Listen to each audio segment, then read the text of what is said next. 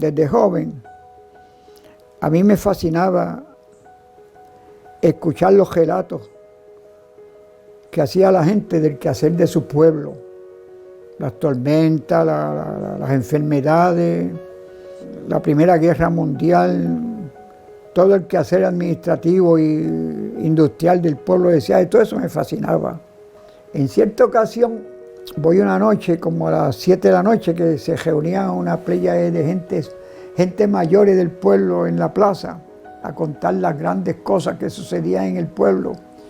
Y yo un día le dije, me interesó tanto la historia que estaban contando, que yo le dije, pero mire, por favor, escriban eso. Escriban eso para que el pueblo tenga conocimiento de esas cosas tan hermosas que ustedes hablan del pueblo de Ciales. ¿Qué van a hacer ustedes? Ustedes no tienen mucho tiempo para vivir, ustedes se van mañana y eso se queda sin conocer. Cometí la estupidez siendo joven, ¿verdad? Y entonces uno de ellos como que se encolerizó y me dijo, pues escríbelas tú, que tienes años para vivir. Escúchanos y escríbelas. Y pues eso es lo que yo voy a hacer. Y ahí fue que escribí la primera revista. Y sin saber nada, yo no tenía conocimiento de revista ni nada, pero sabía maquinilla. Y decía, contra, es que para escribir una revista hay que hacer esto y estas cosas. Pues empecé a acumular cosas. Cuando tenía un montón de material, empecé a comunicarme con distintas casas impresoras en Manatí, en Arecibo y en distintos sitios. Me informaron y así salió la primera revista. Producirla me salió como en $5,000 en aquellos tiempos. Y ahí es que yo empiezo a pensar, $5,000, ¿cómo yo voy a conseguir esos chavos y eso? Y entonces fui donde un amigo mío que tenía un negocio bien floreciente como el farmacéutico del pueblo. Y le estaba explicando el problema que tenía. Y me dice, Leo, pero eso no es problema, yo te doy la firma y coge los $5,000 en el banco y públicala. Y me dio la firma, fui al banco. Entonces después, ahí llegaron los aprietos de cómo pagar esos $5,000. Yo dije, bueno, en Ciales hay como 200 y pico de maestros. Y en Puerto Rico hay un montón de amigos cialeños que se interesan en el quehacer de Ciales. Entre todos ellos yo puedo conseguir algunos $2,000 o $3,000 mediante venta y anuncios y esas cosas. Nada.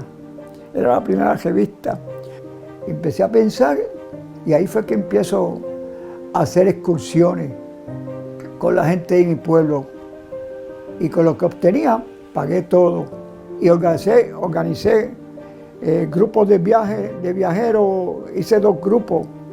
Uno de viajes locales y otro de viajes fuera de Puerto Rico. Y eso fue un exitazo, pagué revistas, pagué todo. Y pues esa revista recoge todo el quehacer cívico, cultural y deportivo, todo ese acaecimiento cialeño, pasado y presente.